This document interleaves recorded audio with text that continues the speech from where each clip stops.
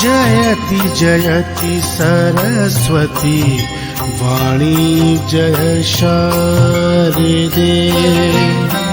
जयति जयति सरस्वती वाणी जय शारदे। अज्ञानता से माँ मुझको अब, अज्ञानता से माँ मुझको अब तार दे। जयति जयति सरस्वती वाणी जय शारदे। जयति जयति सरस्वती वाणी जय शारदे।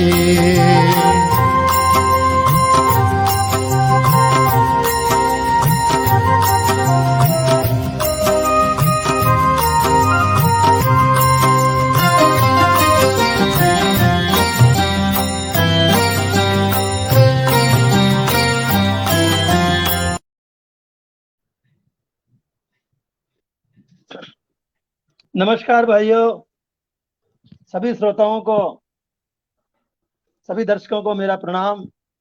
जय सिया राम, जय हनुमान। मित्रों, आज हमारे स्टूडियो में आदरणीय विवेक कविश्वर जी, जो कि जिनका जन्म तो आंध्र प्रदेश में हुआ है, जन्म स्थल जो है वो आंध्र प्रदेश है, लेकिन कर्म स्थान जो है वो भारत की राजधानी दिल्ली है। वहीं पर आपने बरसों बरस जो है अपना कार्यभार संभाला है, कार्य किया है, और आज एक अनोखे रूप के साथ हैं, जिनके लिए कहा जाए कि कर्म योगी। दूसरे शब्दों में हम इन्हें कर्म योगी कहेंगे, जिन्होंने कर्म भी किया, अपना परिवार भी संभाला, और साहित्य क्षेत्र को भी आपने जो है नया आयाम दिया। आपने नाटक के क्षेत्र में भी आपने नए नए प्रतीक गढ़े, नए नए आपने तरीके अपनाए, और आज हमारे सामने हमारे स्टूडियो में मौजूद हैं। हम इनसे बातें करेंगे, इनके गीत भी सुनेंगे, इनकी गजलें भी सुनेंगे, इनके दोहे भी सुनेंगे, और इनसे बातें भी करेंगे। लेकिन बातें ज्यादा करेंगे, गीत कम सुनेंगे, क्योंकि गीत तो हम सुनते रहते हैं हमेशा।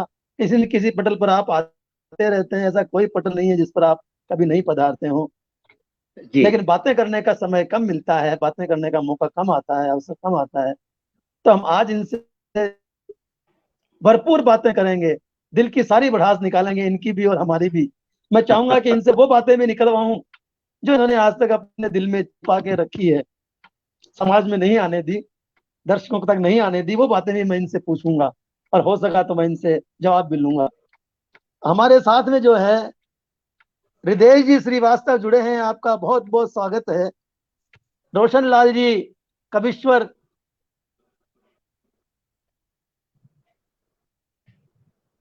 कुलश्रेष्ठ जी जुड़े हैं, आपका बहुत बहुत स्वागत है। और रश्मि कुलश्रेष्ठा भी जुड़ी है हमारे साथ में, आपका बहुत बहुत स्वागत है। सभी का अभिनंदन है, सभी को सादर प्रणाम। तो आदरणीय, आपने जो ये साहित्य की और आपका रुझान हुआ, ये कब से हुआ? आदरणीय डॉक्टर शिवदत्त शर्मा जी, सर्वप्रथम आपको प्रणाम, सादर नमन। मैंने भी आपको काफी सुना है, आपके साथ काफी कार्यक्रम किए हैं, और मैं भी कायल हूं आपकी प्रतिभा का, और अपने आप को गौरवान्वित महसूस करता हूं आपके पटल पर आकर। आपने मुझसे मेरे साहित्य सृजन की बात की। जब मैं कॉलेज में था, करीबन 1971-72 की बात है ये, तब एक दिन ऐसे ही टीवी पर, उस समय दूरदर्शन पर, पांडवों के ऊपर एक धारावाहिक आ रहा था, या शॉर्ट फिल्म थी, मुझे याद नहीं एग्जैक्टली। वो सुनने के बाद मैंने कुछ पंक्तियां लिखी, और वो पंक्तियां मैंने सुनाई अपनी माता जी को। अच्छा। सो पहली मेरी श्रोता, मेरी क्रिटिक, मेरी जिन्होंने मेरी प्रशंसा की, वो मेरी माँ ही थी। डरते डरते उनको सुनाई, और जब उन्होंने उसकी काफी तारीफ की, मेरी माँ भी हिंदी में काफी अध्ययन कर चुकी थी, हिंदी विशारद, हिंदी निपुण वो थी। तो जब उन्होंने तारीफ की तो मुझे अच्छा लगा, वहां से मेरा आरंभ हुआ। लेकिन अगर असल में मुझे कहीं से बहुत ज्यादा ताकत मिली तो वो थी 1972 में, मैं दिल्ली विश्वविद्यालय में पढ़ता था। सो एक वहां पर काव्य प्रतियोगिता हुई। उस काव्य प्रतियोगिता में मैंने डरते डरते अपनी कविता भी पढ़ी, काफी लोग थे। और उसके बाद जब मुझे विजेता घोषित किया गया, प्रथम पुरस्कार मेरे नाम से घोषित किया गया, बहुत खुशी हुई। वो पुरस्कार लेने के बाद जब मैं स्टेज से उतर रहा था, तो एक प्रोफेसर हुआ करते थे हमारे समय में, त्रिपाठी जी, हिंदी के ही प्रोफेसर थे। उन्होंने मुझे वापस बुलाया, मेरे सिर पर हाथ रखा और कहा कि बेटा लिखना मत छोड़ना, छपो या ना छपो, कोई तारीफ करे या ना करे, लिखते रहो, अपने आत्मिक संतोष के लिए लिखते रहो। वो दिन है और आज का दिन है। मां का आशीर्वाद, त्रिपाठी जी का आशीर्वाद, प्रभु की कृपा और आप लोगों का प्रेम, कलम चल रही है। बहुत सुंदर, बहुत सुंदर। तो मित्रों, जिन्हें सर्वप्रथम माँ का आशीर्वाद मिल गया हो, जिस पौधे में माँ ने अपनी आशीर्वाद की खाद डाल दी हो, वो पौधा तो वृक्ष बनेगा ही बनेगा, इसमें कोई दो राय नहीं है। और फिर गुरुजनों का आशीर्वाद भी आपको मिला जी। और आशीर्वाद भी ऐसा मिला कि लिखते रहिए, लिखते रहिए, ये जरूरी है। हमारे क्षेत्र में लिखना बहुत जरूरी है, सुनना बहुत जरूरी है, कहना जरूरी नहीं है, बोलना जरूरी नहीं है, पढ़ना आवश्यक नहीं है। लिखना और सुनना, ये दो कार्य जो आदमी प्रतिदिन करता है, हमेशा करता है, वो आदमी अवश्य ही सफल होता है। और हमारे साथ में सुनना भी दिल से होना चाहिए, सिर्फ कानों से नहीं, दिल से होना चाहिए। जी बिल्कुल बिल्कुल बिल्कुल। हमारे साथ में मुकेश कुमार जी अनुरागी जुड़े हैं। आपका बहुत बहुत स्वागत है मुकेश कुमार जी, आपका बहुत बहुत अभिनंदन है, आप पटल पर आए और हमें आपने ऊर्जा प्रदान की, आपने कमेंट्स दे करके, आपका बहुत बहुत धन्यवाद है। तो सर, इसके बाद हम आगे बढ़ते हैं। आप किन परिस्थितियों में आंध्र प्रदेश से दिल्ली आए? कोई विशेष परिस्थिति थी या केवल नहीं, मेरे पिताजी आर्मी में थे। सो अच्छा। उनकी पोस्टिंग उस समय आंध्र प्रदेश में थी, सिकंदराबाद में थी। ईएमई अच्छा। उनका हेडक्वार्टर था, वहीं मेरा जन्म हुआ। उसके बाद उनका तबादला दिल्ली में हो गया, हम सब लोग दिल्ली आ गए। और दिल्ली में कुछ ऐसा हुआ कि उनका तबादला वहां से बॉर्डर एरिया में हो गया, नागालैंड बॉर्डर में। उस टाइम नागालैंड बहुत ज्यादा डिस्टर्ब एरिया था। तो हमारे पास दो विकल्प थे, एक तो दिल्ली में रहे, मैं उस टाइम बहुत छोटा था, 8-9 साल का, कि हम या तो दिल्ली में रहें या अपने गांव महाराष्ट्र चले जाएं। लेकिन कुछ पढ़ाई लिखाई के हिसाब से, बच्चों के भविष्य के हिसाब से यह फैसला किया गया कि हम लोग अपनी माँ के साथ दिल्ली में रहेंगे और पिताजी 5 साल के लिए बॉर्डर चले जाएंगे। उसके बाद उनकी पोस्टिंग फिर वापस दिल्ली हुई और दिल्ली से ही वो रिटायर हुए। हमारा दिल्ली में सब कुछ चलता रहा, बढ़ता रहा, दिल्ली के ही हो गए, और दिल्ली के ही होके रह गए दिल्ली के ही होकर रह गए। तो मित्रों, एक नई बात और निकल के आई कि आपका गांव जो है महाराष्ट्र है। जी, मैं महाराष्ट्र का रहने वाला हूं। जन्म आंध्र प्रदेश, निवास जो है, पारिवारिक निवास जो है वो महाराष्ट्र, और कर्म भूमि दिल्ली। तीन राज्यों को समेटे हुए आप जो है दिल्ली में। असल में राष्ट्रवादी व्यक्ति हूं मैं। तो सर, राष्ट्रवादी बिल्कुल सही कहा आपने। तो सर, हम इस यात्रा को आगे बढ़ाएं, उससे पहले हम चाहेंगे कि आप अपने मुखारबिंद से कोई रचना हमारे दर्शकों को सुना दें, जिससे कि मनोरंजन भी होता चले और बातें भी होती चले। मैं आपको एक शुरुआत में छोटा सा, एक क्षणिका तो नहीं, क्षणिका से कुछ ज्यादा और गीत से थोड़ा कम सुनाता हूं। स्वागत है सर। स्वर्ण जगत के रजत पथों पर श्वेत पगों का मोहक नर्तन, एक सुबह का दृश्य खींचा है मैंने, जब सावन की बरसात के बाद हल्की हल्की धूप में किरणें आती हैं नीचे, स्वर्ण जगत के रजत पथों पर श्वेत पगों का मोहक नर्तन, अरुण किरण का आंचल थामे नव आशा का अतुल आगमन। स्वर्ण जगत के रजत पथों पर श्वेत पगों का मोहक नर्तन, अरुण किरण का आंचल थामे नव आशा का अतुल आगमन। जीवन के सूने पथ पर कंपन प्रतिकंपन चिरकंपन। जीवन के सूने पथ पर कंपन प्रतिकंपन चिरकंपन। स्वप्नों ने नव जीवन पाया, जीवन की कविता को जिसने स्वर दिया वही जीवन जी पाया। क्या बात, यही दर्शन मेरे जीवन का भी है।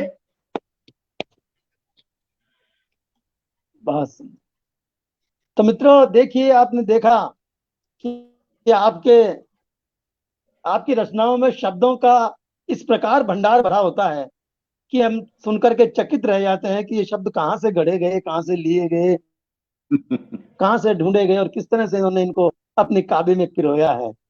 आदरणीय, हमारे साथ में जो है सदानंद जी कविश्वर जुड़े हैं, आपका आशीर्वाद हमें प्राप्त हुआ है। बहुत बहुत धन्यवाद सदानंद जी, आपका बहुत बहुत आभार। आपका आशीर्वाद हमें मिला है, आपका स्नेह हमें मिला है, उसके लिए आपका बहुत बहुत आभार। तो सर, आपने फिर पढ़ाई करने के बाद में आपने लिखा है कि आप गोदरेज में जो है आपकी सर्विस लगी। तो गोदरेज की तो शायद दो शाखाएं हैं, एक फर्नीचर और एक कॉस्मेटिक। गोदरेज की बहुत शाखाएं हैं। गोदरेज की शाखा दो हैं जी, एक साबुन बनाने से लेकर जो कॉस्मेटिक्स कंपनी है सैटेलाइट तक जाती है, सैटेलाइट के पार्ट्स तक बनाते हैं वो। अरे वाह साहब, बहुत सुंदर जी। लेकिन ज्यादा प्रचलित हमारे लिए दो ही हैं, एक फर्नीचर और एक कॉस्मेटिक। कॉस्मेटिक मैं कॉस्मेटिक्स डिवीजन में था। मैं कॉस्मेटिक्स डिवीजन में था, लेकिन करीबन 7 या 8 साल के बाद मेरे को इंटरनल ऑडिट में लिया गया। अच्छा। और उसके बाद काफी डिविजन्स मेरे अंडर आ गए। हर डिवीजन में अलग अलग उनके स्थानों पर पूरे हिंदुस्तान में मेरा घूमना होता था, इसलिए हर डिवीजन की थोड़ी बहुत जानकारी मैंने हासिल की। बहुत सुंदर, बहुत सुंदर।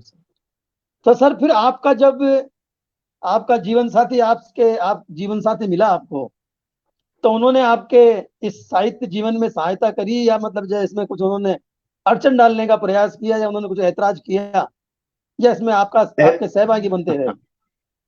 ऐतराज का तो सवाल ही पैदा नहीं होता। उन्होंने मेरी कविताओं को सुना, जो समझ नहीं आया था वो पूछा, सराहा, और सबसे बड़ी बात, जब कभी मैं लिख रहा होता था या होता हूं, उसके बीच में कभी भी मुझे डिस्टर्ब नहीं किया। ये सहयोग तो मुझे अपने पूरे परिवार से मिला। बहुत सुंदर, बहुत सुंदर, बहुत सुंदर, बहुत सुंदर। आप जो हैं, आपको मैं खुश नसीब कहूंगा कि आप ऐसा परिवार मिला, ऐसे जीवन साथी मिले, बेशक, जो कि आपको सहायता ही देते रहे। जी। हमारे साथ में बसंत श्रीवास्तव जी, आपका बहुत बहुत स्वागत है। आप गुजरात से हैं, आपका भी बहुत बहुत स्वागत है। रेणु जी, बहुत बहुत अभिनंदन है आपका। पंकज कुमार खरे जी हमारे साथ जुड़े हैं, जो कि ये भी बहुत अच्छे साहित्यकार हैं, आपका भी बहुत बहुत स्वागत है। रेणु जी बहुत बढ़िया, रेणु जी भी जो है बहुत बढ़िया साहित्यकार हैं, इनकी आवाज भी बड़ी मधुर है। आपका भी बहुत बहुत स्वागत है रेणु जी। तो आदरणीय, उसके बाद आपकी जीवन यात्रा और साहित्य यात्रा दोनों साथ साथ चलती रही। तो इस बीच कोई उदाहरण जहां आपको थोड़ा झटका लगा हो, या कोई बाधा आई हो, या मन में कुछ ऐसा हुआ हो कि यार अपन इस साहित्य यात्रा में कैसे फंस गए? ऐसा होता है जीवन में सर कई बार। हाँ, होता है। मुझे इस बात का कभी भी अफसोस या दुख नहीं हुआ कि मैं साहित्य में क्यों पढ़ा, क्योंकि साहित्य ने मुझे कहीं भी रोकने की कोशिश नहीं की। और काव्य तो ऐसी चीज है, जब कोई विचार आपके दिमाग में आता है, आप उसे कहीं हल्के से नोट कर लीजिए, रूप तो उसे आप बाद में दे सकते हैं। काव्य ने मुझे कहीं रोका नहीं, इसलिए मुझे काव्य की अड़चन कभी भी नहीं हुई। बल्कि सिर्फ एक ही उहापोह मेरे मन में हमेशा होती थी, क्या मैं अपनी कविताओं को कहीं प्रकाशित होने के लिए भेजूं, क्या मैं अपनी पुस्तक निकालूं। लेकिन मेरे एक बहुत बड़ी कमी है मुझ में, मैं जीवन में किसी भी हार को बर्दाश्त नहीं कर सकता, कोई भी क्षेत्र क्यों ना हो। मैं हारना नहीं जानता, हारना नहीं चाहता। इसी डर ने मुझे काफी वर्षों तक अपनी किसी भी कविता को प्रकाशित होने से, भेजने से रोके रखा, कि अगर मेरी कविता अस्वीकृत हो गई तो वो मेरा नहीं, मेरी कविता का अपमान होगा। आप यकीन मानिए, मैंने करीबन पहले 25-30 साल तक अपनी कोई कविता कहीं प्रकाशित होने के लिए नहीं भेजी। लेकिन उसके बाद एक काव्य गोष्ठी में मुझे एक संपादक ने सुना, इलाहाबाद से आए थे वो, और उन्होंने अपने आप मुझे कहा कि हम आपकी पुस्तक छापना चाहेंगे, क्या आप इसमें रुचि रखते हैं। उनसे बातचीत हुई, उन्हें कविताएं अच्छी लगी, उन्होंने पुस्तक छापी, अच्छी प्रतिक्रिया मिली। उसके बाद यात्रा चल पड़ी। लेकिन मुझे साहित्य ने किसी काम में रोका नहीं कभी भी। नहीं, मेरा मतलब साहित्य से रोकने का नहीं था, मेरा मतलब साहित्य से जुड़े लोगों से रोकने का था। कई लोग इस तरह के नहीं, होते नहीं, हैं नहीं। जो कि टांग खींचते हैं। हाँ, होते हैं, मानता हूं। वो जरूर हुआ है। जिन्हें हम बरगद कह सकते हैं। कई बरगद ऐसे होते हैं जो छोटे पौधों को नहीं पनपने देना चाहते। मैं उन बरगदों की बात कर रहा था। जी, जी, जी। भगवान की बहुत अनुकंपा है मुझ पे, मुझे ऐसा कोई भी बरगद नहीं मिला।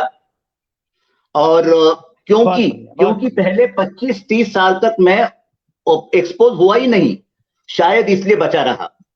अच्छा। 25-30 साल तक मैं और मेरा साहित्य, बस इतना ही चलता रहा। और उसके बाद आज तक भी मुझे किसी ने रोकने की कोशिश नहीं की। लेकिन हाँ, ये बात जरूर है आपकी, कुछ लोगों ने कुछ ऐसे क्रिटिसिज्म किया जिसको सुनकर थोड़ा सा अजीब लगता था, दुख होता था। मेरे नाम जो कविश्वर नाम है, इस पे कुछ लोगों ने बहुत ऑब्जेक्शन उठाया। एक सज्जन ने तो यहां तक कह दिया कि आप अपने आप को जयशंकर प्रसाद समझते हैं। मैंने कहा बिल्कुल नहीं। तो फिर आप कविश्वर कैसे लगाते हैं अपने नाम के सामने। तब उन्हें समझाना पड़ा, भाई ये कविश्वर मेरा कुल का नाम है, हमारे परिवार में 25-30 कविश्वर और भी हैं, और ये कविश्वर कोई उपाधि नहीं है, सिंपल मेरा सरनेम है। सो उसके बाद उनका गुस्सा शांत हुआ। वो लोग मेरी कुछ एक रचनाओं की नकल भी की गई। जी, कुछ एक रचनाओं की नकल भी की गई। फेसबुक पे शब्द बदल के उनको प्रस्तुत भी किया गया। लेकिन मैंने ना तो किसी से कोई सवाल किया और ना ही किसी पे कोई ऑब्जेक्शन उठाया। जो मैंने लिखना था लिख दिया, जिसको जो करना चाहे करे। कोई भी मेरा यहां से बुद्धि नहीं छीन सकता और परमात्मा का हाथ नहीं छीन सकता। और जिसकी चीज जिसी की रहती है, लोग सब समझते हैं कि ये कहां से चली और कैसे इसका रूप परिवर्तन हुआ है और कैसे ये हम तक पहुंची है। लोग सब समझते हैं, चाहे वो मुंह से न कहें, लेकिन समझते सब हैं। सबके दिमाग है। साहित्यकार तो कम से कम समझते हैं कि ये इनकी मौलिक रचना नहीं है। और साहित्यकार तो वैसे ही उसकी बुद्धि जो होती है एक एवरेज आदमी से काफी ज्यादा होती है, तभी वो साहित्यकार बन पाता है। बेशक। तो आदरणीय, आप बड़े खुशनसीब रहे कि आपका किसी ने जो है विरोध नहीं किया, और आपने बताया कि आप जो है पहले रहे ही सामने आए ही नहीं लोगों के, और जब सामने आए तो आप स्वयं ही बरगद बन चुके थे। तो फिर बरगद को कौन छीन सकता है, बरगद को कौन टांग खींच सकता है। बरगद तो बरगद ही होता है। रश्मि जी बहुत ठीक लिख रही हैं। आप काफी वर्षों तक दूब बनकर रहे, इसलिए वटवृक्षों से बच सके। हो सकता है, मैं इस बात से पूरी तरह सहमत हूं। बिल्कुल सही है, बिल्कुल सही लिखा है इन्होंने। जब सामने आए तो वटवृक्ष बनकर के आए। ये तो मुझे मालूम नहीं मैं वटवृक्ष हूं या नहीं, तो लेकिन ये जरूर है कि अब थोड़ा खड़ा हो जाता हूं अपने पांव पे।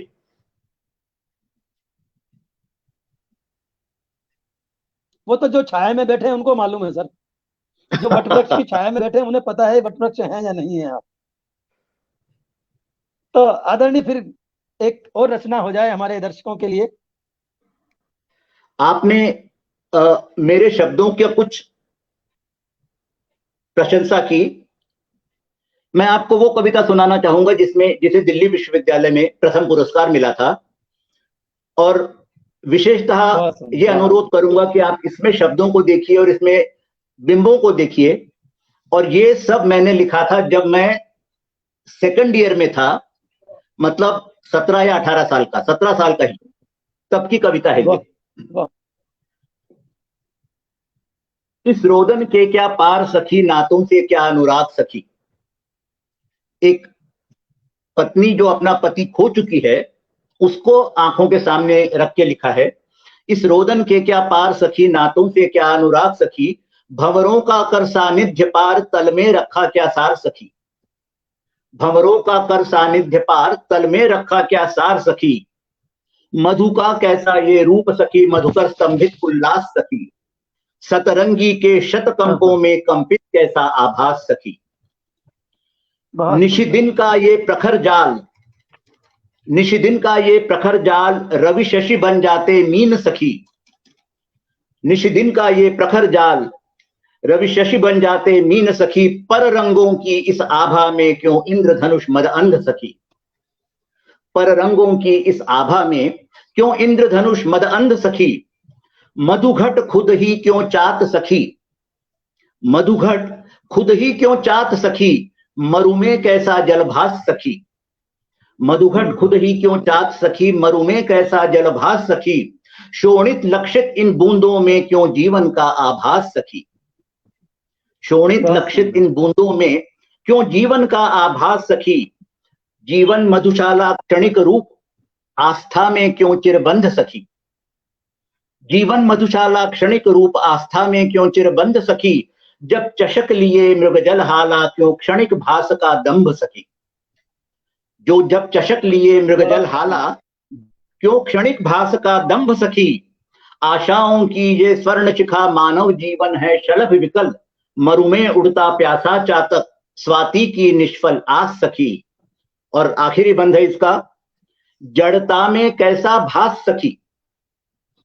जड़ता में कैसा भास सखी, धूमिलता का आभास सखी। जड़ता में कैसा भास सखी, धूमिलता का आभास सखी। लघु सांसों की इस नैया में क्यों दूर किरण की आस सखी। इस रोदन के क्या पार सखी। बहुत सुंदर, बहुत सुंदर, बहुत सुंदर सर, बहुत सुंदर सर।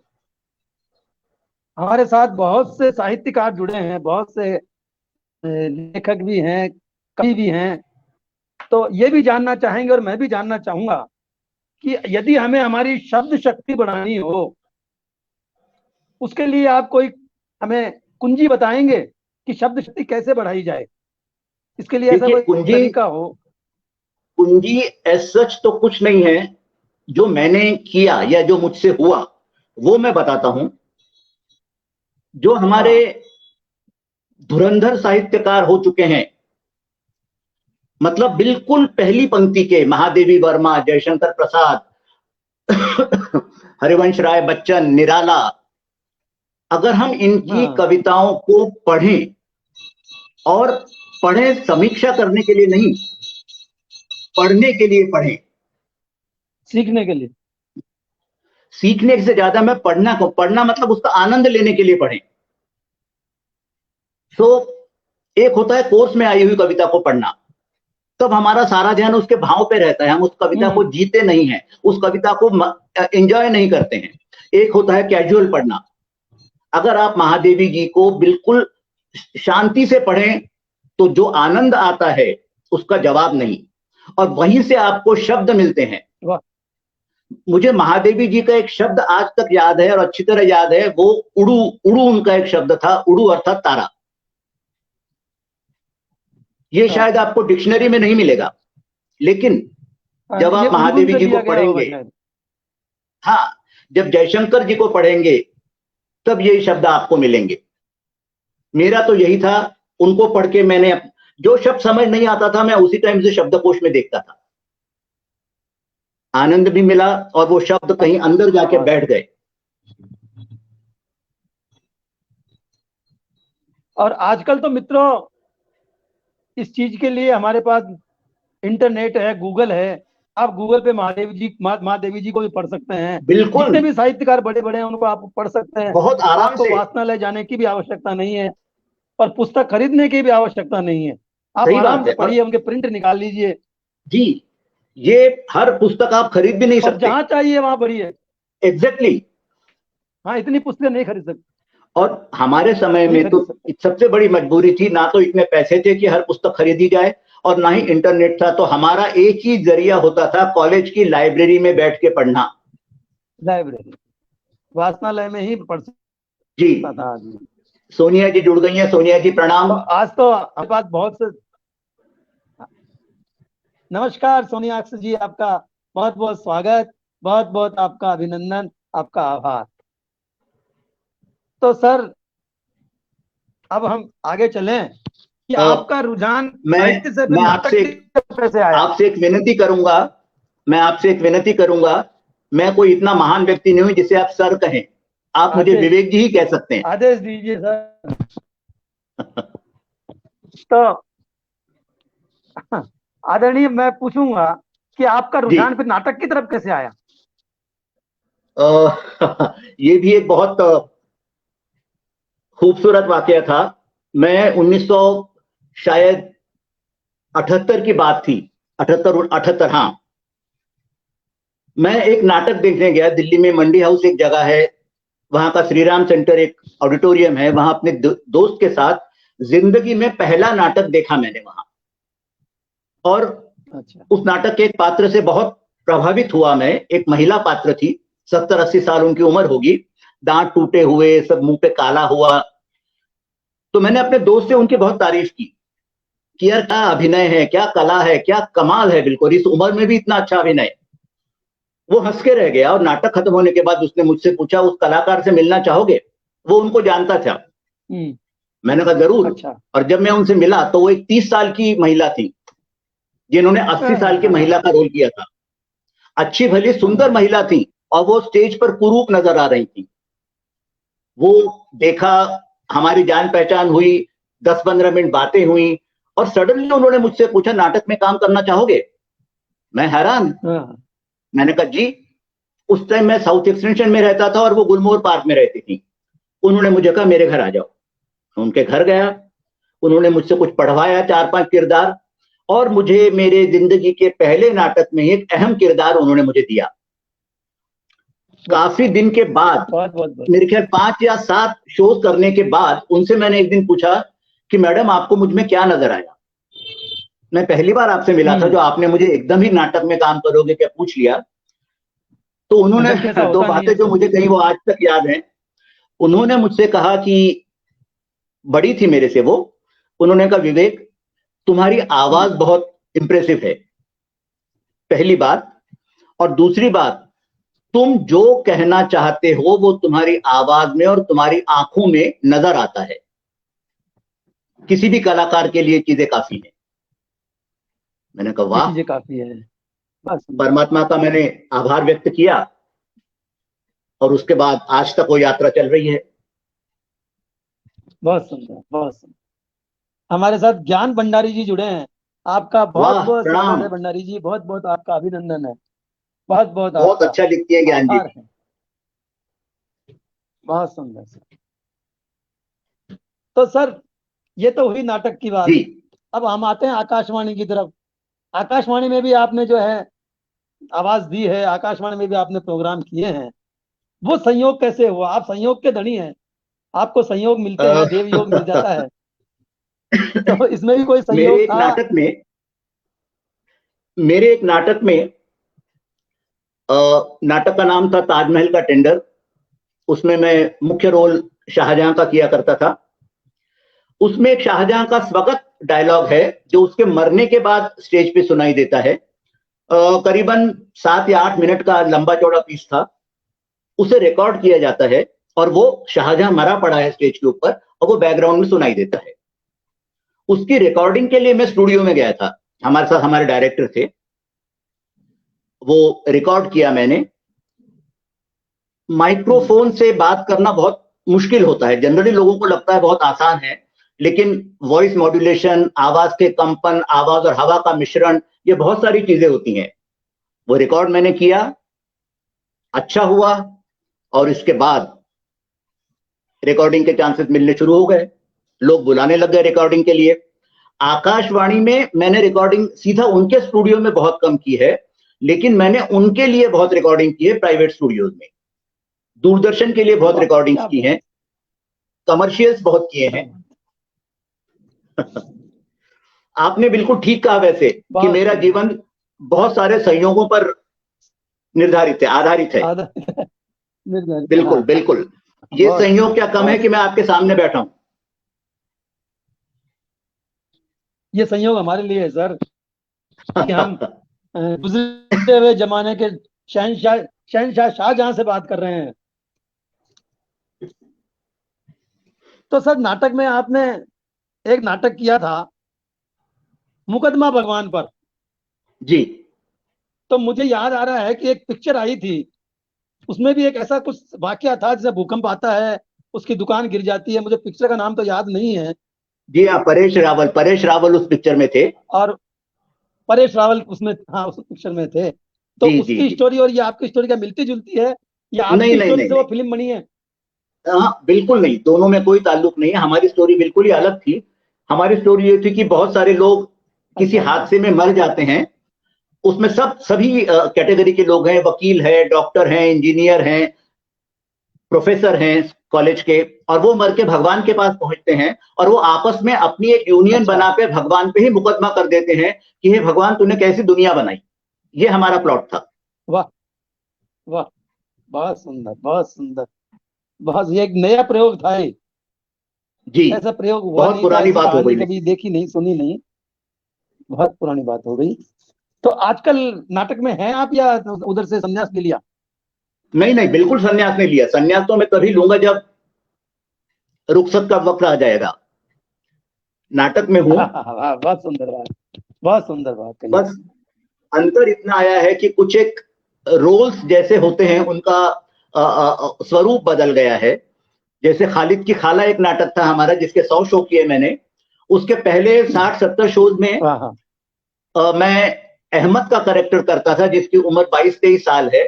लेकिन अब उनके शोज में मैं अहमद के फादर का रोल करता हूं जिनकी उम्र 60-70 साल है।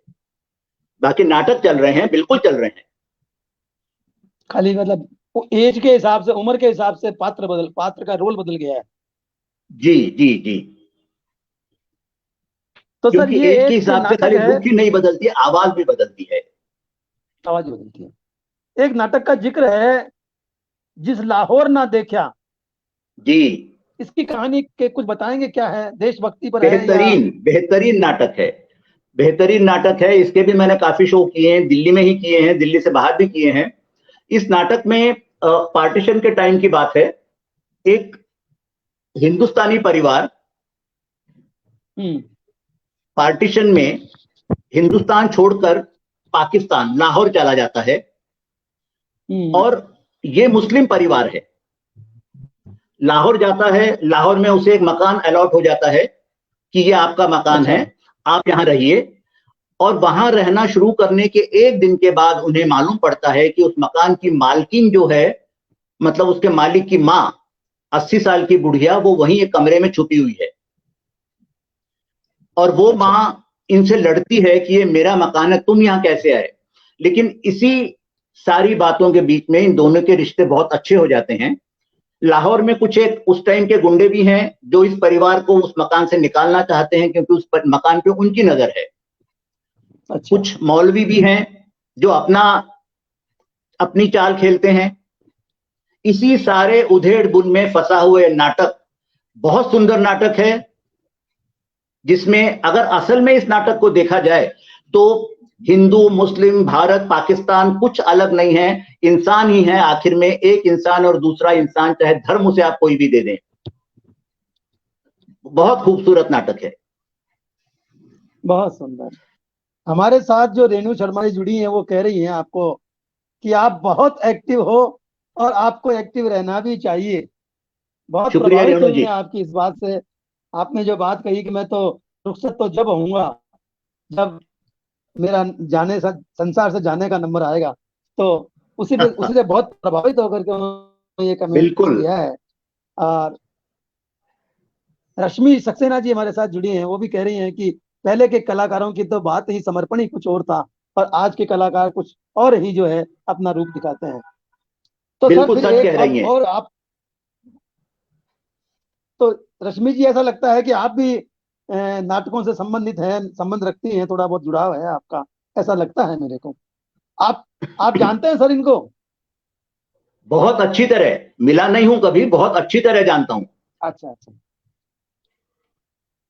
तो सर एक रचना और हमारे दर्शकों को सुना दीजिए।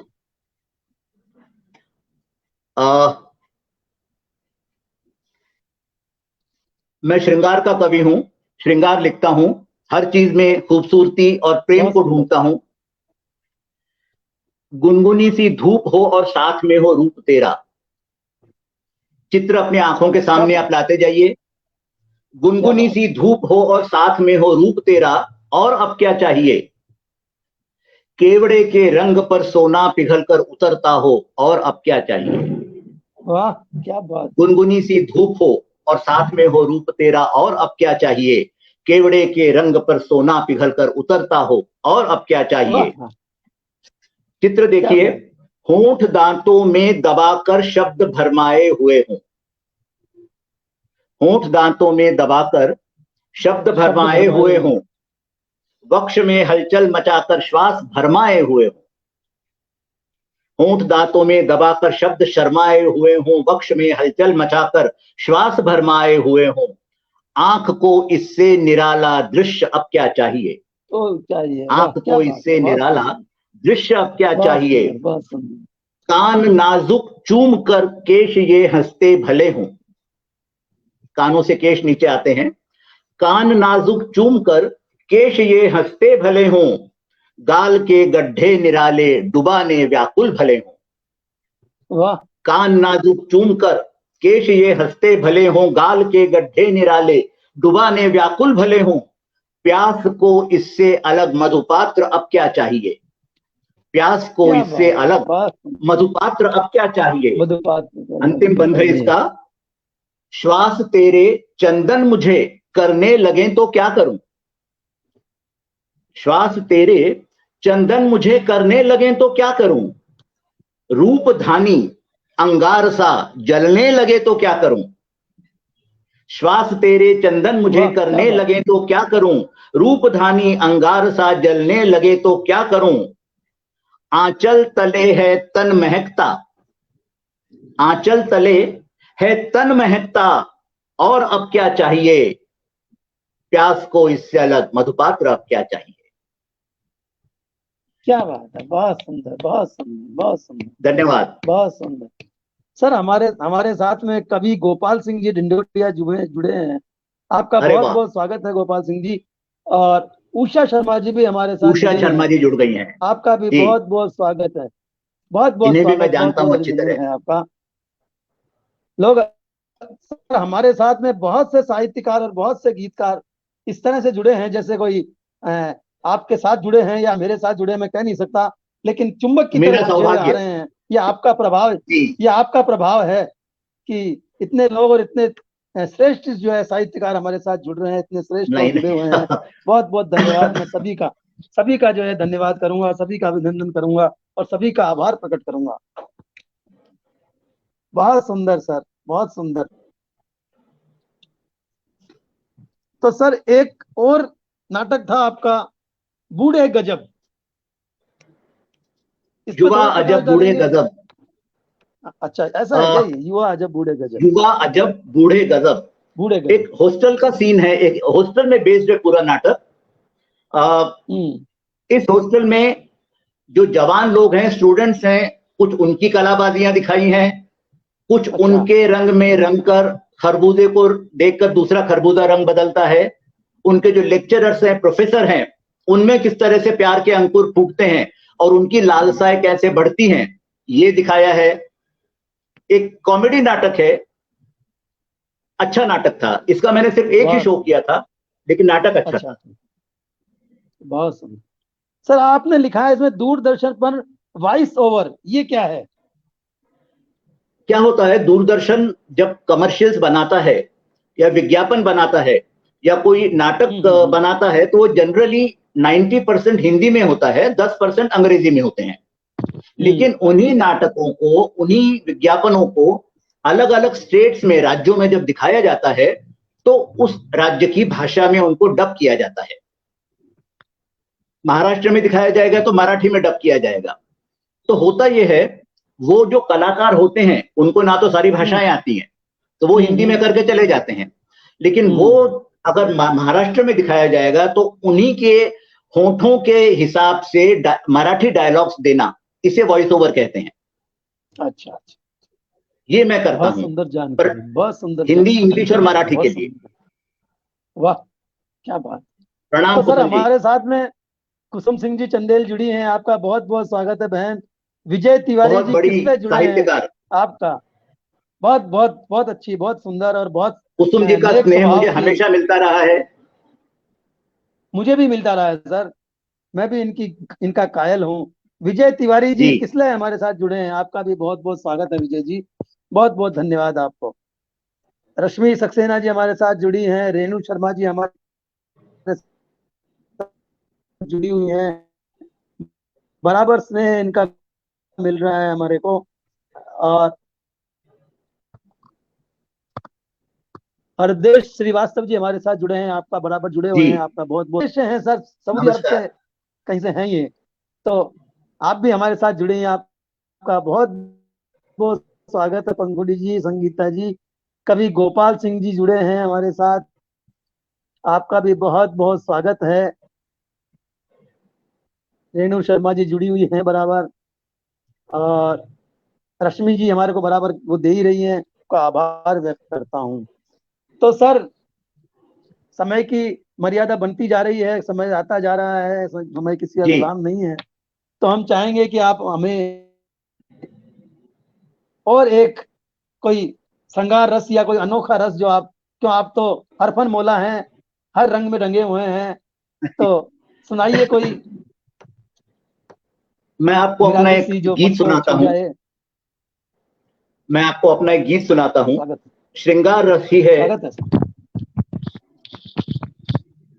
एक पक्षी, एक काल्पनिक पक्षी है गढ़वाल प्रांत में, उसे सगुन पंछी कहते हैं।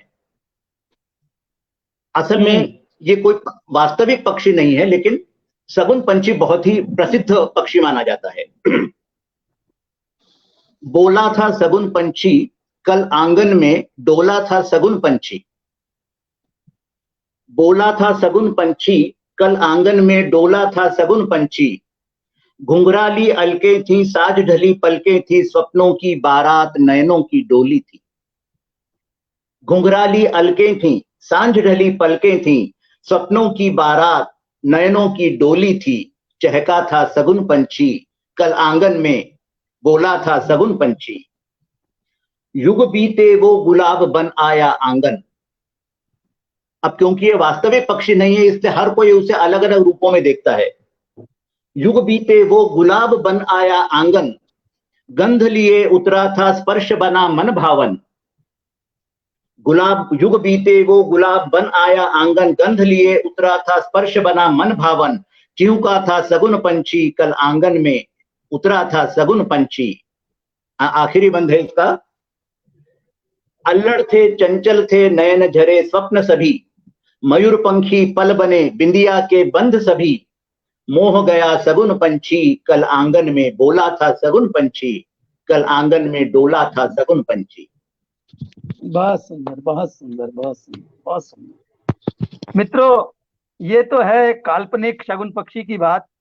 वैसे हमारे देश में उत्तर भारत में तो करीब करीब एक पक्षी ऐसा भी है जो अगर किसी के छत पर मुंडेर पर बैठ करके अगर मान लो बोलता है, तो कहते हैं कि वो किसी मेहमान के आने की जो है सूचना देता है, जिसे हम कौवा कहते हैं, काक कहते हैं, वायस कहते हैं। और एक शगुन पक्षी और होता है जिसे हम नीलकंठ के नाम से जानते हैं। तो साल में शायद एक दिन कोई आता है, मुझे याद नहीं है, उस दिन यदि उसके दर्शन हो जाते हैं तो कहते हैं पूरा साल जो है बहुत सुंदर गुजरता है। वो दिन कौन सा है मुझे याद नहीं आ रहा है, लेकिन सब इच्छाएं पूरी जाती है। नीलकंठ के दर्शन बड़े शुभ माने जाते हैं उस समय, उस दिन। तो संगीता जी चौबे हमारे साथ जुड़ी हैं, आपका बहुत बहुत स्वागत है। रश्मि सक्सेना जी भी हमारे साथ जुड़ रही हैं, आपका भी बहुत बहुत स्वागत है। उषा शर्मा जी जुड़ी हैं। बहुत दशहरा, ये बता रही हैं कि दशहरे का दिन होता है जिस दिन नीलकंठ के दर्शन करने से शुभ माना ओ, जाता है अच्छा अच्छा। दशहरा। इस जानकारी के लिए आपको उषा जी बहुत बहुत धन्यवाद। हम भूल गए थे, हमें आपने याद दिलाया, आपका बहुत बहुत आभार। देखिए, शुक्रिया, वार्ता धन्यवाद। करने से और बात बात करने से ये फायदा होता है कि बिल्कुल, कहीं से कोई जानकारी प्राप्त हो ही जाती है। बेशक। तो सर, अब आएंगे हम आपके जय हिंद नाटक पर। जय हिंद नाटक जी, याद आ रहा है कुछ? कितने शो किए आपने इसके? बिल्कुल। जय हिंद के मैंने शायद 7 या 8 शो किए हैं। उनमें से 2 शो दिल्ली से बाहर थे, अच्छा बाकी दिल्ली में ही किए हैं। एक नोएडा में भी किया था। अच्छा अच्छा अच्छा। तो देशभक्ति सर पूर्ण ये, नाटक है। अच्छा, तो ये नाटक जो करते हैं आप, ये किसी कंपनी के थ्रू करते हैं, आपकी खुद की कंपनी है नहीं नहीं, एक या कोई ग्रुप है संस्था है? हमारा। एक संस्था। संस्था है, एक ग्रुप है, श्री उमापति ग्रुप। पहले मैं यवनिका ग्रुप के साथ किया करता था। हाँ हाँ हाँ, आजकल मैंने मैं सुना श्री ये बनी का। उमापति ग्रुप, जी, आजकल मैं श्री उमापति ग्रुप के साथ हूं। अच्छा तो अच्छा उसी में हम लोग रिहर्सल करते हैं, नाटक करते हैं। एक परिवार जैसा ही ग्रुप है वो पूरा। अच्छा अच्छा। तो जी, इसमें जो आमदनी होती है उसमें से आपको आप क्या हिस्सा करते हैं, कैसे क्या करते हैं? इसमें जनरली नाटकों में बहुत ज्यादा आमदनी नहीं होती। हाँ, नहीं होती। कई फिल्मों बार तो में, जेब से लगाना पड़ जाता आपने बिल्कुल ठीक कहा। है कई इसलिए बार तो जो जेब से भी शोज, लगाना पड़ता है। अक्सर अक्सर जो शोज हमारे अपने होते हैं, उनका जितना भी कैश कलेक्शन होता है वो हम रखते हैं आगे वाले नाटकों के लिए, या ऐसी किसी दुर्घटना के लिए जिसमें कोई नाटक बिल्कुल फेल हो जाए। लेकिन जो स्पॉन्सर्ड शो होते हैं, जो कोई हमसे करवाता है, उसके लिए पैसा भी अच्छा मिलता है और फिर बांटा भी जाता है। तो उसमें कोई फिक्स लेकिन राशि होती नाटकों होगी में कितनी? पैसे के लिए कोई काम नहीं करता, नाटकों कौन में नहीं करियर करता? भी नहीं बन सकता, नाटकों से घर गृहस्थी भी नहीं चल सकती। वो सिर्फ आत्मसंतोष के लिए नाटक किए जाते हैं, बिल्कुल बिल्कुल, आत्मसंतोष और कुछ नहीं। और लोगों को संदेश मिले, कुछ जनता को, देखने वालों को संदेश मिले। संदेश एक मिले ये भी कुछ। कारण होता है, ये हाँ, भी कारण होता है। बिल्कुल। बहुत सुंदर। हमारे साथ गणेश प्रसाद जी गौतम जुड़े हैं सर। बहुत बहुत अरे वाह, स्वागत है आपका गणेश प्रसाद जी गौतम, प्रवेश। स्वागत। आप, आपके साथ इतनी कृपा रहती है कि आप मेरे हर कार्यक्रम में जुड़ते हैं। आपका हमेशा मुझको स्नेह मिलता रहता है, आशीर्वाद मिलता रहता है। बहुत बहुत धन्यवाद गणेश प्रसाद जी आपका। विजय तिवारी जी हमारे साथ जुड़े हुए हैं ही। तो सर, और एक कविता हो जाए चलते चलते। मैंने यहां अभी एक कमेंट देखा सदानंद कविश्वर जी का, हाँ हाँ कि एक मुक्त छंद कविता होनी चाहिए। मैं मुक्त छंद कविताएं बहुत ही कम लिखता हूं, मतलब उंगली पे गिनने लायक मैंने लिखी होंगी। अधिकतर मेरी छंदबद्ध होती हैं। लेकिन जो भी मैंने मुक्त छंद लिखी है मुझे बहुत अच्छी लगती है, उन्हीं में से कविता सुनाता हूं। रस श्रृंगार रस ही है, वो मैं छोड़ नहीं सकता। आधी चॉकलेट सुनाइए सर। दांत से काटकर मेरे मुंह में डालना। आधी हाँ, चॉकलेट दांत से काटकर बहुत मेरे सुंदर। मुंह में डालना। मेरे अधखाए अमरूद को हौले से कुतर देना। आधी चॉकलेट दांत से काटकर मेरे वाह, मुंह में डालना। मेरे अधखाए अमरूद को हौले से कुतर देना, और कहना कि मुझे प्यार नहीं है, बेमानी है। और कह देना कि मुझे प्यार नहीं है, बहुत सुंदर। बेमानी है। अपने बॉयफ्रेंड की शिकायतें करना, और वो भी मेरा हाथ थामे। अपने बॉयफ्रेंड की शिकायतें करना और वो भी मेरा हाथ थामे, मेरा हाथ थाम। मुझे एक टक देखते हुए, और कहना कि मुझे प्यार नहीं है, बेमानी है। और कहना कि मुझे प्यार नहीं है, बेमानी है। बेमानी। उम्र के इतने बड़े अंतर को भुलाकर, उम्र के इतने बड़े अंतर को भुलाकर सेल्फी लेते हुए अपने गाल मेरे गाल से सटा देना। इस छंद को मैं चाहूंगा अपने आंखों के सामने आप कल्पना करते चलें। उम्र के इतने बड़े अंतर को भुलाकर सेल्फी लेते हुए अपने गाल मेरे गालों से सटा देना और अपनी बाह को मेरे परले कंधे पर रख देना, और अपनी बाह को मेरे परले कंधे पर रख देना और कहना कि मुझे प्यार नहीं है, बेमानी है। और कहना कि मुझे प्यार नहीं है, बेमानी है। और मेरा तुम्हें ये सब करने देना, मेरा तुम्हें ये सब करने देना, फिर तुम्हारी आंखों में देखकर कहना कि तुम बहुत प्यारी लग रही हो। मेरा तुम्हें ये सब करने देना और तुम्हारी आंखों में देखकर कहना कि तुम बहुत प्यारी लग रही हो, फिर धीरे से तुम्हारा नाम लेकर और कुछ भी ना कहना, फिर धीरे से तुम्हारा नाम लेकर और कुछ भी ना कहना, और ये समझना कि मुझे प्यार नहीं है, बेमानी है। क्या बात, बस कहाँ से लाते हैं सर आप ऐसी प्लॉट और ऐसी रचनाएं और ऐसे मतलब जो है संदेश, एक अलग से जो है प्लॉट ढूंढ करके लाते हैं और फिर उस पर रचना करते हैं। आप जैसे विद्वानों की संगति का असर है। संगति तो हम लेंगे साहब आपकी, हमने संगति पकड़ी है आपकी, और हम कुछ अवश्य आपसे कुछ ना कुछ सीखेंगे, सीखना चाहते हैं और सीखेंगे भी। हम सभी एक दूसरे से सीखेंगे। कहते हैं, क्योंकि ऐसा कहते हैं सर कि किसी गंदी इसको बोलते हैं जो इत्र बेचता है, उसे गंदी कहा करते हैं। बिल्कुल। तो किसी गंदी की दुकान के पास आप बैठ जाइए, वो आपको इत्र नहीं देगा, कोई बात नहीं, लेकिन खुशबू तो देगा, खुशबू दे देगा, खुशबू दे देगा। तो हम आपके साथ लगे हैं, तो कुछ ना कुछ देकर ही जो है आपका पीछा छोड़ेंगे। आओ भाग्य मेरे। सर आप श्रृंगार की बात कर रहे हैं और शब्दों की बात कर रहे हैं, अगर आप मुझे इजाजत दे तो एक छोटी सी रचना मेरी है, मैं आपको सादर समर्पित करना चाहूंगा। बिल्कुल, मैं आपका श्रृंगार सुन चुका हूं और मैं आपको ये कहने ही वाला था अभी कि अब आप सुनाइए कुछ। जी सर, एक हमारे यहाँ राजस्थान में एक जगह है किशनगढ़। हाँ बिल्कुल। और किशनगढ़ में एक पिछवाई कला चलती है, चित्रकारी जिसे कहते हैं, पिछवाई कला। अच्छा। कपड़े पे चित्र बनता है, उसका बैकग्राउंड ब्लैक होता है और उसमें चित्र बनाया जाता है।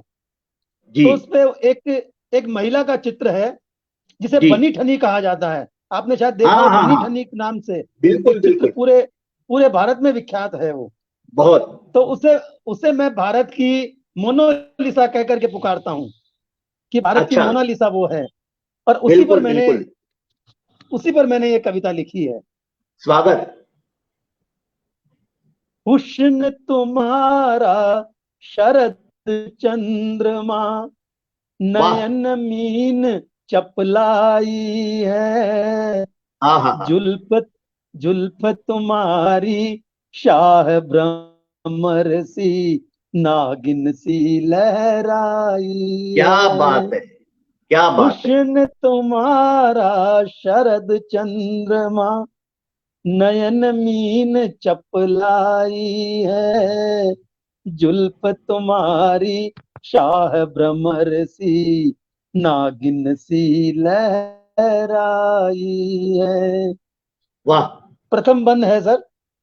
जी। मुखड़ा तुम्हारा नील कमल है, सागर सी अंगड़ाई है।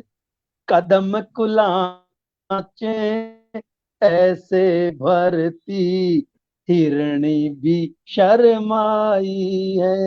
क्या बिंब है, कमाल है, कमाल है। तुम्हारा नील कमल है, कदम कुलाचे ऐसे भरती, हिरणी भी शर्माई है। फूल झड़े जब तुम हंसती हो, फूल झड़े जब तुम हंसती हो। वाणी में मधुलाई है। जुल्फ तुम्हारी शाह भ्रमर सी, नागिन सी लहराई है। नागिन सी लहराई है। अगला बंद है। जी।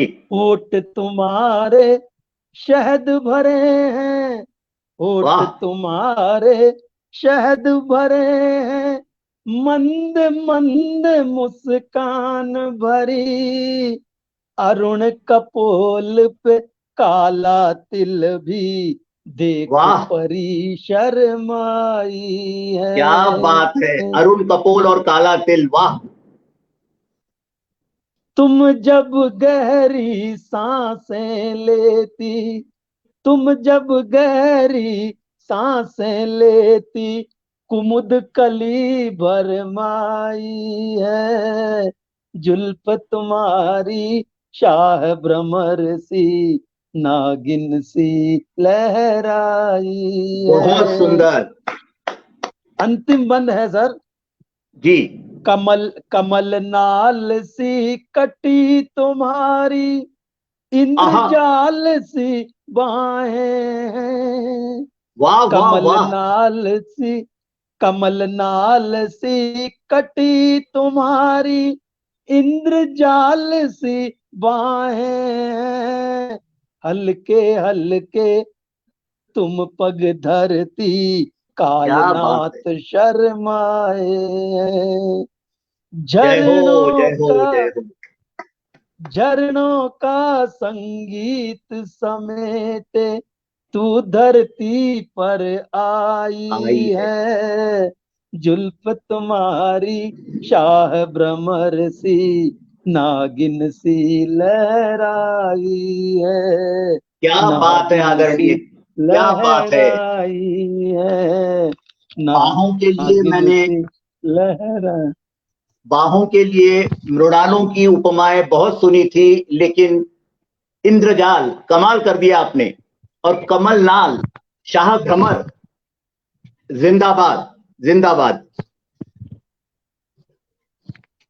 ये आप सभी का आशीर्वाद और आपकी संगत का असर है सर।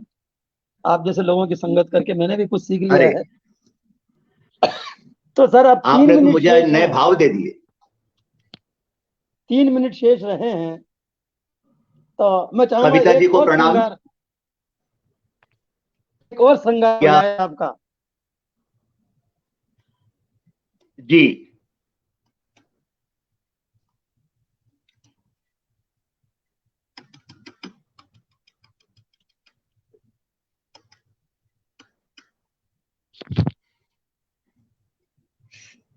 सावन जवान है, तुम यहां मत आना, एक अलग मिजाज की है बिल्कुल। हाँ, सावन जवान है, तुम यहां मत आना, ये आवारा शहर है, तुम यहां मत आना।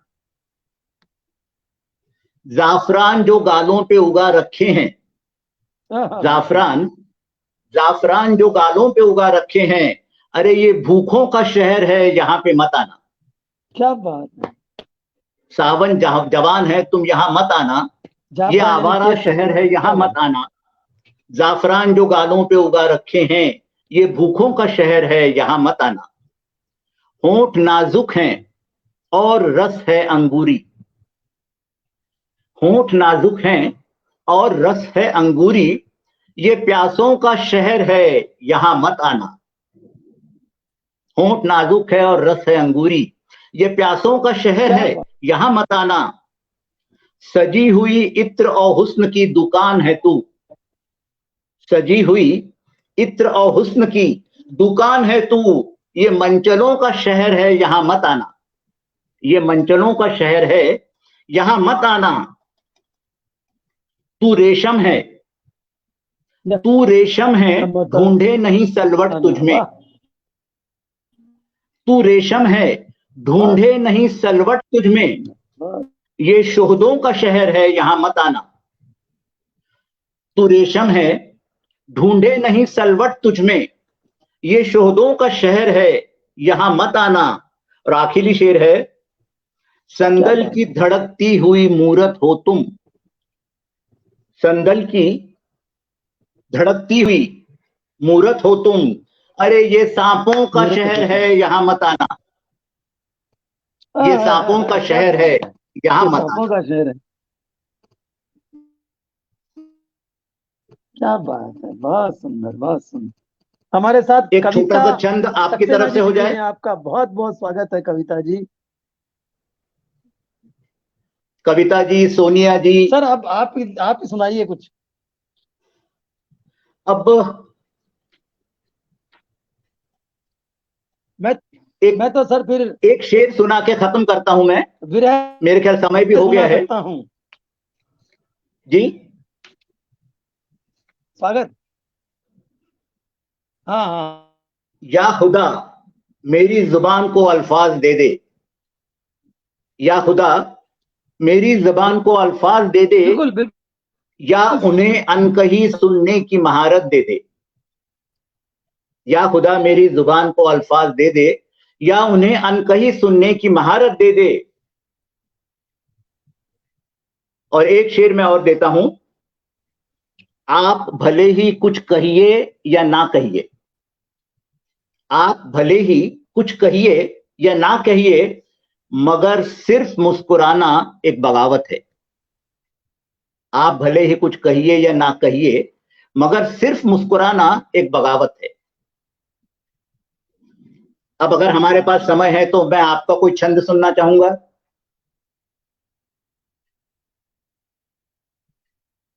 शायद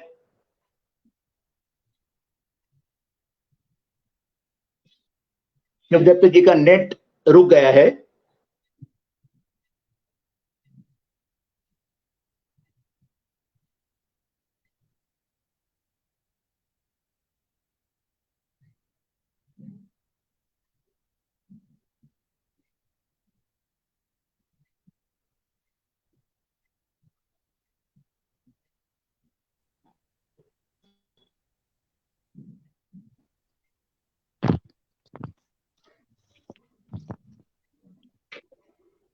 हाँ सर, नेट की परेशानी आ रही है थोड़ी सी।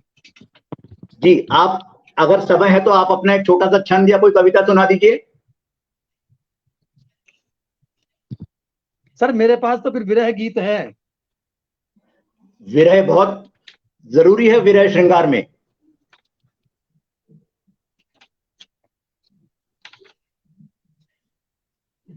ठीक है सर, समझ लेता हूँ। जी। सर आज तो इंटरनेट चल गया, मोबाइल चल गए, तो मैसेज से ही प्रेमी प्रेमिकाएं बात कर लेते हैं। लेकिन आपके हमारे जमाने में तो पत्र लेखन की परंपरा थी। पत्र लिखे जाते थे और उन और पत्रों वो को अक्सर गलत हाथों बड़े में पड़ संभाल जाते के थे। और बड़े वो संभाल के रखे अक्सर जाते थे गलत उनमें। हाथों में पड़ जाते थे। तो फिर मार भी पड़ती थी। तो उन पत्रों को बड़े संभाल के रखा जाते थे। लेकिन बिल्कुल। वही प्रेमिका या प्रेमी जब बेवफा निकल जाते थे, तो उन पत्रों का क्या हश्र होता है, वो मैंने इसमें हम्म। लिखा है। स्वागत, स्वागत। दिल जलाते थे जो मेरा, खत तुम्हारे जला दिए। हाँ हाँ हाँ हाँ। दिल जलाते थे जो मेरा, खत तुम्हारे जला जला दिए। दिए। सूखे फूल किताबों वाले, सूखे फूल किताबों वाले, मैंने हवा में उड़ा दिए। वाह मैंने वाह। हवा में उड़ा बहुत दिए। सुंदर। दिल जलाते थे जो मेरा, खत तुम्हारे जला दिए। तुमने तो बिन बात के ही आशियाने बदल लिए। हम्म। हम्म। तुमने तो बिन बात के ही आशियाने बदल बदल लिए। लिए। मुझको तो बेमौत मारा, मुझको ओह, तो बेमौत मारा, खिल खिला कर चल दिए। क्या खिल बात है, क्या खिला बात है। कर चल वाह दिए। वाह। दिल जलाते थे जो मेरा, खत तुम्हारे जला जला दिए। दिए। तेरे तेरे मेरे साथ गुजारे वो लम्हे भी भुला दिए, ओ तेरे मेरे साथ गुजारे वो लम्हे भी भुला दिए, सच्चे रिश्ते बता के तुमने, सच्चे रिश्ते बता के तुमने वादे सब झुटला दिए, क्या बात है, क्या वादे बात सब है, झुटला झुठला दिए। दिए। सदानंद जी का मुझे आशीर्वाद मिल रहा है, स्नेह मिल रहा है, आशीर्वाद बहुत बहुत आपका, बहुत बहुत आभार सर, बहुत बहुत आपका अभिनंदन। गुल मोहर की याद आ रही है पिछली बातें, गुल मोहर की छाँव में हम वक्त बिताया करते थे, वाह, गुल मोहर की छाँव में हम वक्त बिताया करते थे, प्यार हमारा देख के उसके, प्यार हमारा देख के उसके फूल झड़ते रहते हाँ हाँ हाँ थे, हाँ हाँ हाँ, फूल झड़ते क्या दृश्य खींचा है, रहते थे, वाह। दिल जलाते थे जो मेरा खत तुम्हारे जला दिए। प्रमोद मिश्र निर्मल जी जुड़े हैं हमारे साथ, आपका बहुत बहुत धन्यवाद, बहुत बहुत आभार। प्रेमिका चाहे कितने भी दूर हो जाएं, मन में कितना भी मैल हो जाए, लेकिन सच्चा प्रेमी या सच्ची प्रेमिका कभी भी एक दूसरे का बुरा नहीं चाहते हैं। यही मैंने कभी अंतिम नहीं। बंद में लिखा है कि जी, क्या क्या मिलेगा मीत मेरे, हमसे नाते तोड़ दिए, क्या जी, मिलेगा मीत मेरे, हमसे नाते तोड़ दिए, फिर भी है ये दुआ हमारी, फिर भी है ये दुआ हमारी, सुखी रहे जब तक जिए तू, क्या सुखी बात है, क्या रहे बात है। जब तक जिए तू, सुखी रहे जब तक जिए ये है सच्चा प्रेम। तू। सर बहुत अब हम सुंदर, चाहेंगे कि बहुत सुंदर। जाते जाते, हम चाहेंगे कि जाते जाते आप हमारे दर्शकों को यदि कोई संदेश देना चाहें साहित्य के बारे में, जीवन यात्रा के बारे में, क्योंकि आपने बहुत लंबी पारी खेली है साहित्य में भी और जीवन में भी, तो दोनों में अगर आप कोई संदेश देना चाहते हैं तो आपका स्वागत है और देना अ, भी चाहिए। मैं खाली इतना बताता हूं, जिस बात पर मैं विश्वास करता हूं, जीवन में कुछ भी क्यों न हो, कैसा भी पल क्यों ना आए, मधुर, कठोर, जो मर्जी, उसे स्वीकार कीजिए, बहुत सुखी रहेंगे। उसकी अच्छाई आपको आज नहीं कल मालूम पड़ेगी। और जहां तक साहित्य का प्रश्न है, मेरा विश्वास यह है कि साहित्य सृजन होना चाहिए अपने आत्मिक शांति के लिए, आत्मिक संतोष के लिए। किसी को इंप्रेस करने के लिए कुछ मत लिखिए, किसी को खुश करने के लिए कुछ मत लिखिए, और वाह, अपने साहित्य के कारण मुझे ये फल मिलेगा इसकी इच्छा मत रखिए। क्या बात, लिखिए, बहुत खुश सुंदर, रहिए, सबसे बड़ी बात यही है। बहुत बहुत सुंदर, बहुत सुंदर, बहुत सुंदर। प्रमोद जी का आशीर्वाद मिल रहा है, स्नेह मिल रहा है, बहुत बहुत बहुत धन्यवाद आपका प्रमोद जी, बहुत बहुत आपका आदरणीय आभार। तो मित्रों, आज हमारे साथ थे आदरणीय देश के जाने माने साहित्यकार, नाटककार, शोमैन, मैं दूसरे शब्दों में कहूंगा कि बड़े शोमैन हमारे साथ थे जिन्होंने बड़े बड़े नाटक किए हैं, और वो आज हमारे पटल पर हमारे विशेष अनुरोध पर पधारे हैं। हमें इनका स्नेह मिला, इनका आशीर्वाद मिला, आपका मैं बहुत बहुत आभार व्यक्त करता हूं। और आप लोग भी पटल पर आए, इन्हें सुना, हमने सुना, उसके लिए आपका भी बहुत बहुत आभार, बहुत बहुत आपका अभिनंदन, बहुत बहुत आदरणीय शुक्रिया। शिवदत्त फिर जी, भी डॉक्टर शिवदत्त शर्मा जी, मैं बहुत आभारी हूं आपका। आपने मुझे अपने साथ और इतने सारे बड़े साहित्यकारों के साथ बात करने का मौका दिया। मुझे बहुत अच्छा लगा। आज का दिन मेरे लिए एक यादगार दिन रहेगा। और जितने लोगों ने मुझे सुना, मैं उनका आभारी हूं। मैं उनका बहुत बहुत शुक्रगुजार हूं। नमस्कार मित्रों, ये कार्यक्रम प्रणाम। यूट्यूब पर भी प्रसारित हो रहा है, तो आप जब जी यूट्यूब पर देखें तो इसे आप आगे भी शेयर कीजिए, लाइक कीजिए, कमेंट्स कीजिए। इस कार्यक्रम में कोई कमी रह गई हो वो भी हमें बताइए, जिससे कि हम आगे के कार्यक्रमों में उस कमी को दूर कर सकते हैं। और सब ये सब यूट्यूब का भी लिंक कीजिए भेज देंगे आप सबको। कि ये कार्यक्रम और आगे बढ़ सके। आपको जी हमारे नए नए, मैं हाँ सबको यूट्यूब का लिंक दूंगा, जी, सबको दूंगा, सबको दूंगा। तो बहुत बहुत आज का कार्यक्रम शुभकामनाएं। हम यहीं समाप्त करते हैं, और आदरणीय जी, विवेक जी से हम विदा चाहते हैं। फिर मिलेंगे इसी पटल पर या किसी अन्य पटल पर। शुभ संध्या, शुभकामनाएं, नमस्कार, जय सिया राम, जय हनुमान। जय हनुमान, जय हिंद। सादर।